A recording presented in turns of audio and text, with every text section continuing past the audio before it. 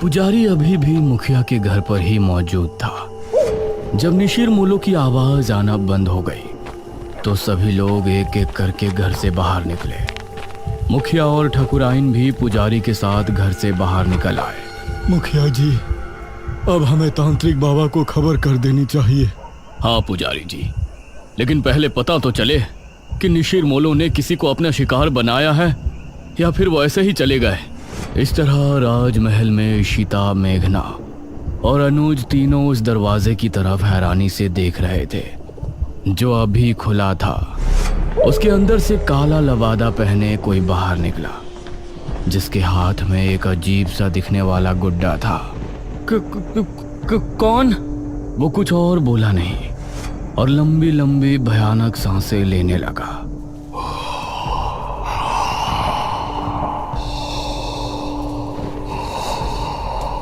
उसकी भयानक सांसों को सुनकर ये तीनों डर गए और तभी वो तेज रफ्तार से इनकी तरफ भागा। भागो जल्दी, महल से बाहर निकलो। इन तीनों का दिल दहल उठा और ये खिड़की की तरफ भागे। जल्दी करो। वो अभी भी इनके पीछे ही था। अनुज ने पहले इशिता और फिर मेघना को बाहर निकाला। वो अनुज तक पहुंचने ही वाला था कि तभी अनुज भी खिड़की से कूद गया। क्या था वो? चलो अब घर चलते हैं, 2 बज रहे हैं, कहीं पिताजी या माँ जाग ना जाए। ये तीनों अब गांव की तरफ रवाना हो गए। माँ और पिताजी को इस बारे में बिल्कुल नहीं बताना, ठीक है? अरे हम क्यों बताएंगे भला? जैसे ही ये तीनों गांव पहुंचे तो बाहर ही पुजारी और बहुत से लोग खड़े थे। अनुज, तुम यहाँ? हमें तो लगा कि तुम तीनों अपने अपने कमरे में सो रहे हो। इतनी रात में तुम तीनों कहाँ से आ रहे हो? वो पिताजी। मुखिया ने मेघना और इशिता की तरफ देखा। तुम दोनों कहाँ गई थी अनुज के साथ? जी माफ कर दीजिए अंकल, हम दोनों का घूमने का मन हो रहा था। तो दिन में घूमने चले जाते, रात में बिना बताए जाने की क्या जरूरत थी? माफ कीजिए पिताजी, मैं ही इन दोनों को ले गया था, लेकिन आप सब लोग यहाँ बाहर इकट्ठा होकर क्या कर रहे हैं? अनुज ने बात को बदलते हुए कहा। आज गांव में निशिर मोलो आए थे, सभी उनकी आवाज सुनकर ही खौफ में थे। क्या निशिर मोलो? ये निशिर मोलो कौन है? 4 कथई लबादे वाले शख्स जो अपने कंधों पर एक ताबूत उठाए रात के समय गांव में घूमते हैं।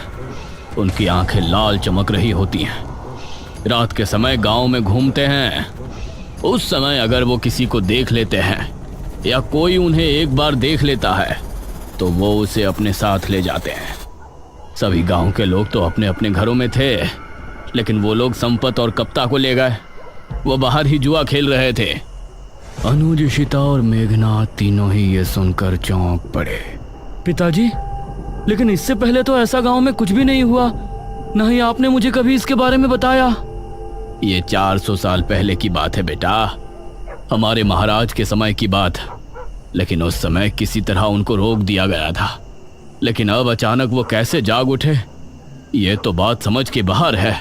मुखिया जी, अब कल सुबह ही तांत्रिक महाराज से मिलने के लिए निकलेंगे।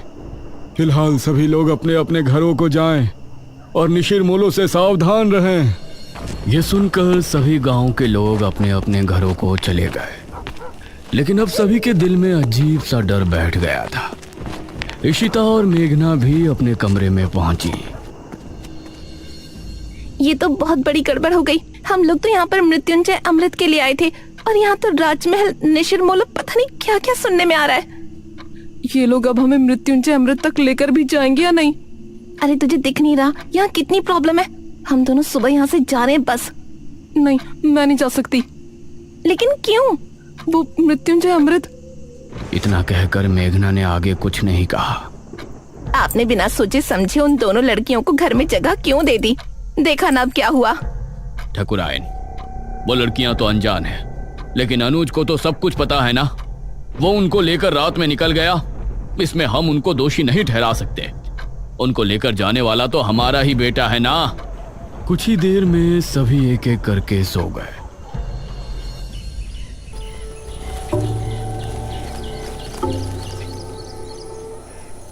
सुबह ठकुराइन ने दरवाजे पर दस्तक दी। दोनों उठ जाओ, सुबह हो गई है। ठाकुरायन ने बहुत ही रूडली बोला। Aunty ji, we are sorry. यह सुनकर वो बिना जवाब दिए वहां से चली गई। कुछ देर बाद फ्रेश होकर इशिता और मेघना दोनों ब्रेकफास्ट टेबल पर पहुंची। Good morning uncle. Good morning aunty. आओ बैठो बच्चों, नाश्ता करो। मेघना के बाल इस समय खुले हुए थे। ना जाने अनुज को उसमें क्या खास दिखा। उसने उसे स्माइल की और एक टक उसे देखने लगी। इस पर मेघना ने उसे हैरानी से देखा, फिर उधर उधर देखकर नाश्ता करने लगी। अनुज, आज तुम खेतों पर जाओगे, समझ गए? माँ, मैं खेतों पर जाकर क्या करूँगा? पिताजी, क्या हो गया है माँ को? मुझे कुछ नहीं हुआ है। तुम आज खेतों पर जा रहे हो, बस जा रहे हो। तभी इशिता बोली। अनुज, तुम हमको भी खेत घुमा लाओगे? ये सुनकर ठाकुरायन इशिता और मेघना की तरफ गुस्से से देखने लगी। तभी अनुज भी खुश होते हुए बोला, हाँ ठीक है, मेघना को भी हमारे खेत काफी पसंद आएंगे। हाँ बेटा, क्यों नहीं, लेकिन एक बात ध्यान रखना, तीनों साथ रहना और शाम होने से पहले घर लौट आना। तब तक तांत्रिक महाराज भी आ ही जाएंगे। नाश्ते के बाद इशिता और मेघना अनुज के साथ घर से निकली।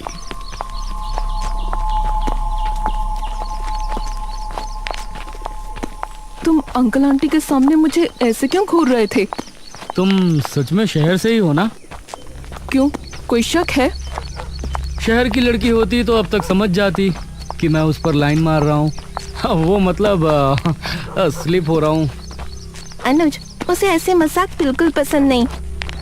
ओह अच्छा। अच्छा ठीक है, सॉरी, लेकिन वो मजाक नहीं था। ये सुनकर मेघना भी हल्के से मुस्कुरा दी।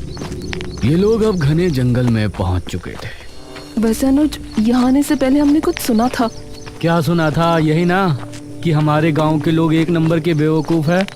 अरे नहीं, किसी मृत्युंजय अमृत के बारे में। कहा जाता है कि उसको पीने से बड़े से बड़ा रोग दूर हो जाता है। ये सुनकर अनुज ने इशिता और मेघना दोनों को घूर कर देखा। तो तुम लोग यहाँ मृत्युंजय अमृत की तलाश में आई हो? नहीं, वैसे वो झूठ नहीं तो सीधा बोलना था ना। बेकार में राजमहल जाकर मुझे भी माँ से डांट पड़वा दी। वो हमें लगा था कि सीधे उसके बारे में पूछने से तुम कुछ गलत समझोगे। वैसे ये इशिता पूछती तो लगता, लेकिन तुम पूछती तो नहीं लगता। ये कहकर अनुज मुस्कुराने लगा और इस बार मेघना के चेहरे पर भी मुस्कान छलक आई। तो क्या तुम हमें उसके बारे में बता सकते हो? उसकी कहानी बहुत ही अजीब है, मुझे पूरी नहीं पता। तो बताओ ना, मुझे सुनना है। जितनी पता है उतनी बता दो। ये बात मुझे दादाजी ने बताई थी। सन 1600 में एक बहुत बड़ी महामारी फैली थी। जवान बूढ़े सभी की तबीयत बिगड़ती और फिर कुछ ही दिनों में उनकी मौत हो जाती। उस समय जो राजा था उसे इसकी बहुत चिंता सता रही थी और राजा की चिंता देखकर उनकी बेटी राजकुमारी बहुत चिंता में थी। जब ठीक 4 साल उस महामारी को गुजर गए तो राजकुमारी रहस्यमय तरीके से गायब हो गई। गायब? वो कैसे? वो कहीं चली गई थी। राजा ने उन्हें बहुत ढूंढा, लेकिन वो कहीं नहीं मिली। उसके बाद ठीक 1 साल 1 महीने बाद राजकुमारी लौटी और अपने साथ वो एक बीज लेकर आई थी। महाराज ने उनसे सवाल किया कि कहाँ थी, तो उसने कोई जवाब नहीं दिया। उसके बाद उस बीज को बोया गया और उससे ये बरगद का पेड़ उगा और इस बरगद के पेड़ से ये मृत्युंजय अमृत, इसको पीने से राज्य में आई महामारी खत्म हो गई। लेकिन कुछ समय बाद ही राज्य पर बहुत बड़ा संकट आया। कैसा संकट? और ये निशिर जिसके बारे में गांव के लोग बातें कर रहे हैं, उनकी क्या कहानी है? उसका तो मुझे भी नहीं पता। फिलहाल तुम वो देखो। उसने सामने की तरफ उंगली पॉइंट की। कुछ ही दूर पर सामने था एक हरा भरा बरगद का पेड़। उसे देखते ही मेघना हैरान रह गई। ये वही पेड़ था जो उसे सपने में दिखाई देता था और अब उसका वो सवाल और भी गहरा हो गया था कि ये पेड़ उसको सपने में क्यों दिखाई देता है। ओह माय गॉड, ये पेड़ तो बहुत बड़ा है। यही मृत्युंजय अमृत का पेड़ है। हाँ, और क्या? लेकिन इससे तो अमृत टपक ही नहीं रहा। वो अमृत तो सिर्फ पूर्णमासी और एकादशी की रात ही कुछ देर के लिए टपकता है। हर समय थोड़ी ना वो गिरता रहेगा। ओह, तो ये बात है। हाँ, अगर तुमको उसे देखना है तो तुम लोग पूर्णमासी तक यहाँ रुक जाओ। ये कहकर अनुज मुस्कुराया। मुझे मेघना के साथ थोड़ा और समय बिताने का भी बहाना मिल जाएगा। हम रुक तो सकते हैं, फिलहाल आप अपनी मम्मी जी को समझाओ। तुमने देखा नहीं सुबह कितना गुस्सा थी वो हमसे। उनका बस चलता तो वो हमें तभी घर से निकाल देती। अरे माँ है ना, तो फिक्र तो होगी ही, लेकिन बेफिक्र रहो, मेरे आगे कोई नहीं बोलता। तुम लोग बेझिझक यहाँ रुक सकते हो। हाँ ठीक है, वैसे भी हम लोग मृत्युंजय अमृत देखने से पहले तो नहीं जा सकते। लेकिन वो आदमी जो हमें राजमहल में नजर आया था, वो कौन था? इस पर अनुज ने मेघना से नजरें मिलाई। पागल। पागल? What do you mean? देखो, उस वक्त उसे देखकर तो मैं भी डर गया था, लेकिन अब सोचता हूँ कि कोई पागल ही होगा जो बेचारा उस राजमहल में सो रहा होगा। हमने उसकी नींद खराब कर दी तो उसी वजह से हमारे पीछे भागा होगा। मेघना को इस बात में सहमति नहीं नजर आई। वो कोई पागल तो हो नहीं सकता। उसका पहनावा भी आज के टाइम का नहीं लग रहा था। इशिता ने पेड़ की कुछ फोटो खींची और ये लोग खेतों पर पहुंचे। ये काफी देर तक साथ घूमे और इनके बीच बातें भी खूब हुई। अनुज की बातें अब मेघना को भी अच्छी लगने लगी थी, लेकिन वो अपने सपने और इस गांव के रहस्यों के बारे में ज्यादा सोच रही थी। शाम होने से पहले ये तीनों गांव वापस पहुंच गए।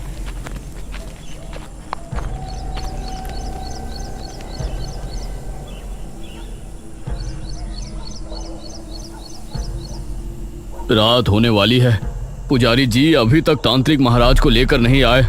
बहुत चिंताजनक बात है। मुखिया, ठाकुराइन और गांव के बहुत से लोग चौक पर इकट्ठे थे। तभी पुजारी अपने साथ एक तांत्रिक को लेकर वहां पहुंचा।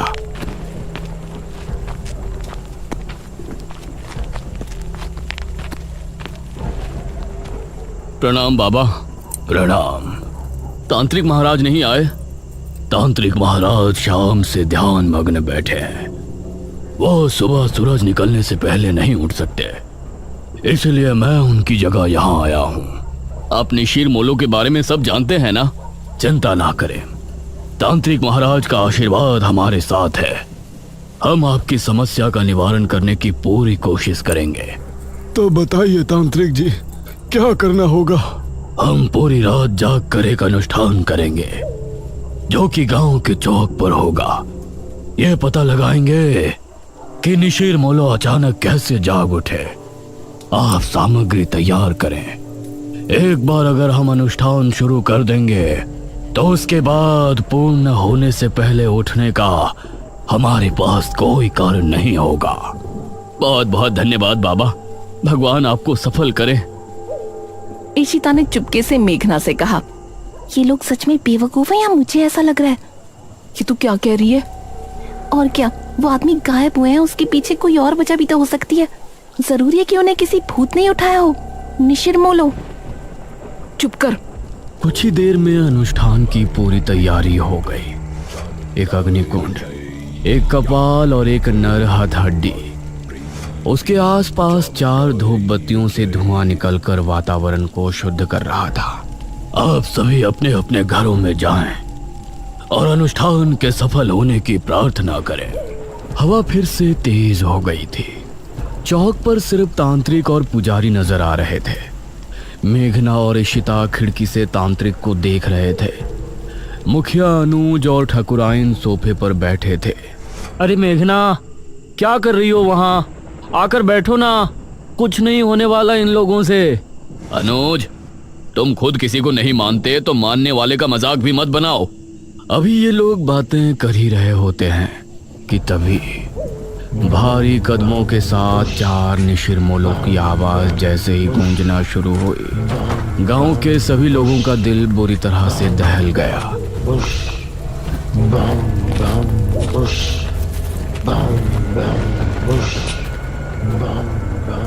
अरे ये आवाज ये सुनकर मुखिया भी बुरी तरह से डर गया। जल्दी से सभी खिड़की दरवाजे बंद कर दो, कोई बाहर नहीं झांकेगा। उसे इस तरह से डरा हुआ देखकर इशिता और मेघना भी हैरान रह गए। हे भगवान, निशिर मोलो फिर से आ गए। 400 साल पहले तो ये सिर्फ शनिवार की रात्रि में ही आया करते थे। उनकी आवाज सुनकर पुजारी और तांत्रिक भी डर गए थे, लेकिन तांत्रिक ने मंत्र पढ़ना जारी रखा। बाबा, ये निशिर मोलो की आवाज कैसे आ रही है? तांत्रिक ने उसका कोई जवाब नहीं दिया।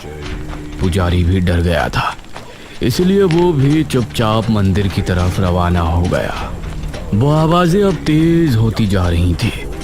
मेघना ने जल्दी से खिड़की को बंद कर दिया। इधर पुजारी मंदिर की तरफ बढ़ ही रहा था कि तभी उसको सामने से निशिर मोलो आते हुए नजर आए। पुजारी उन्हें देखकर बेहद डर गया और खौफ भरी आंखों से उन्हें देखता रहा। ताबूत खुलते ही और उसके बाद सब कुछ सन्नाटे में बदल गया। हे भगवान, ये तो पुजारी जी की आवाज है। इसका मतलब है निशिर मोलो ने पुजारी जी को भी। पिताजी, उनकी आवाजें तो अभी भी आ रही हैं। हे भगवान, पता नहीं क्या होगा। तांत्रिक बाबा की रक्षा करना। तांत्रिक अभी भी बैठा हुआ अनुष्ठान कर रहा था। उसको सामने से निशिर मोलो आते हुए नजर आए। उन्हें देखकर तांत्रिक की आंखों में भी खौफ उतर आया। निशिर मोलो उसके सामने आकर रुक गए और एकदम शांत हो गए। तांत्रिक ने उन्हें देखने के बाद भी अनुष्ठान जारी रखा। आवाज आनी बंद हो गई। लगता है वो चले गए पिताजी।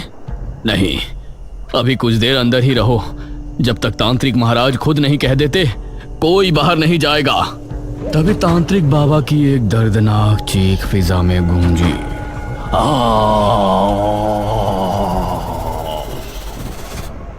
हे भगवान, ये तो तांत्रिक बाबा की आवाज है। धीरे धीरे आवाजें हल्की होती चली गईं और फिर पूरी तरह से शांति छा गई। चलो, सब जल्दी से बाहर चलो। अब मुखिया और सभी गांव के लोग अपने घरों से निकलकर चौक पर पहुंचे। वहां उन्होंने देखा कि तांत्रिक बाबा किसी मिट्टी के पुतले के जैसे जमे बैठे हैं। उनकी आंखें और मुंह पूरी तरह से फटा हुआ है। तांत्रिक बाबा! अगले ही पल उनका शरीर धीरे धीरे गायब हो गया। ये भयानक मंजर देखकर सभी के डर के मारे चीख निकल गई। निशिर मोलो पुजारी जी को ले गए और तांत्रिक बाबा का अंत कर दिया। इसका मतलब वो सिर्फ ये अनुष्ठान रोकने आए थे। पिताजी, अब निशिर मोलो से हमें कौन बचाएगा? अब तो तांत्रिक महाराज को ही आना होगा, वही कुछ कर सकते हैं। इशिता और मेघना तांत्रिक की मौत देखकर बहुत डर गई थी। दूसरी तरफ गुफा में बैठे बड़े तांत्रिक ने अचानक से अपनी आंखें खोली। उनके चेहरे पर चिंता की लकीरें साफ नजर आ रही थी। निशिर मोलो का ये रूप, उसने हमारे शिष्य का भी अंत कर दिया। अब हमें खुद वहां जाना होगा, वरना प्रलय आ जाएगा। उस रात जब मेघना सो रही थी तो उसे एक सपना आया। वो एक राजकुमारी वाली वेशभूषा में एक सुनसान जंगली इलाके में घूम रही है। दूर दूर तक कोई नजर नहीं आ रहा है। तभी कोई पीछे से उसके कंधे पर हाथ रखता है। हाँ? मेघना चौंकते हुए पीछे मुड़कर देखती है और उसके मुंह से चीख निकल जाती है। उसे देखकर वो चीखती हुई नींद से जाग उठती है। अरे मेघना, क्या हुआ? मृत्युंजय अमृत क्या है ये तो हमने जान लिया, लेकिन निशिर मोलो कौन है और मेघना का इन सब से क्या संबंध है? वो कौन सा खौफनाक रहस्य है जिसकी वजह से गांव के लोग पहले भी खौफ में थे और आज भी है? इन सभी सवालों के जवाब जानने के लिए हमारे साथ बने रहिए निशिर मोलो के तीसरे भाग में।